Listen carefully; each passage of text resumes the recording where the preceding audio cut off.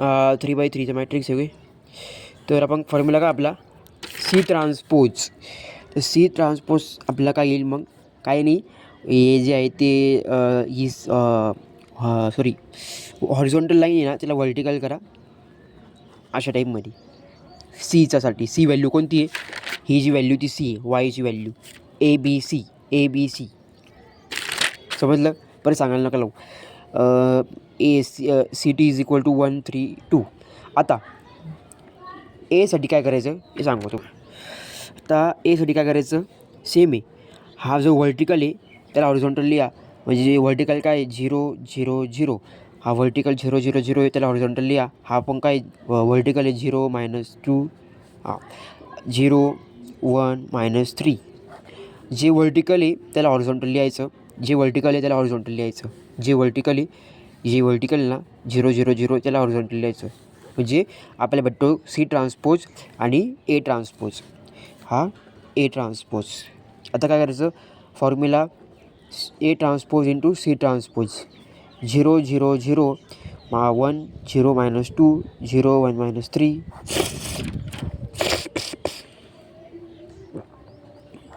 ही आपल्याला आहे आपल्याला भेटली, सॉरी हे ए ट्रान्सपोज, हे सी ट्रान्सपोज. कसं काढलं माहिती वरती, हां परत विचारू नका आता.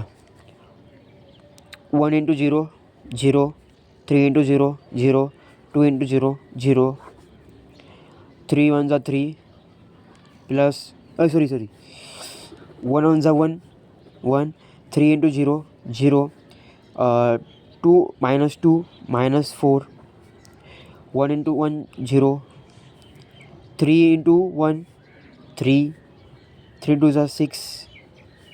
तर उत्तर काय आलं 0 -4 प्लस 3 -3 प्लस 3 -6 -3. कारण मोठी संख्या जी आहे ती मायनस आहे म्हणून. तर आपल्याला उत्तर आलं हे.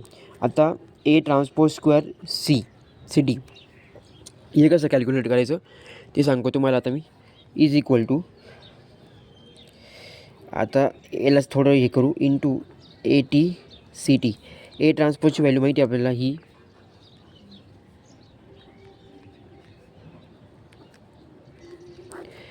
ए टी सी टी आपण आता काढलेली, ही 0 इंटू करा, याला 0 याला 0, -3 × 0 0, -3 × 0 0, 0 × 1 0, -3 × 0 0, -3 × -6 प्लस प्लस होतो म्हणून 3 2 6, 0 × 0 0, -3 × +3 किती होतं -3, -3 3 9 +3. आपलं उत्तर येतं 0 +6 आणि येतं उत्तर येतं 6. आता आपल्याला हे AT² + CT². आता फॉर्म्युला आपला काय आहे, Q0 is equal to CT AT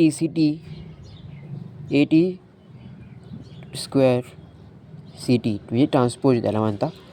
तर सी ट्रान्सपोज किती आपला हा आहे, आपण AT आणि CT ट्रान्सपोज काढला 1 0 -3 -3 आणि आपण आता काढला 0 6 6.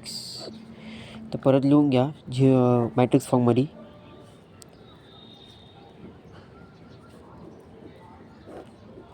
मॅट्रिक्स फॉर्ममध्ये म्हणजे हेच व्हॅल्यू खाली आणलेले फक्त पूर्ण मॅट्रिक्समध्ये. आता हे 0 आहे म्हणजे याला उपयोग नाही, फक्त याचा उपयोग आहे कारण की 1 आहे, मग 1साठी फक्त येईल 1 ×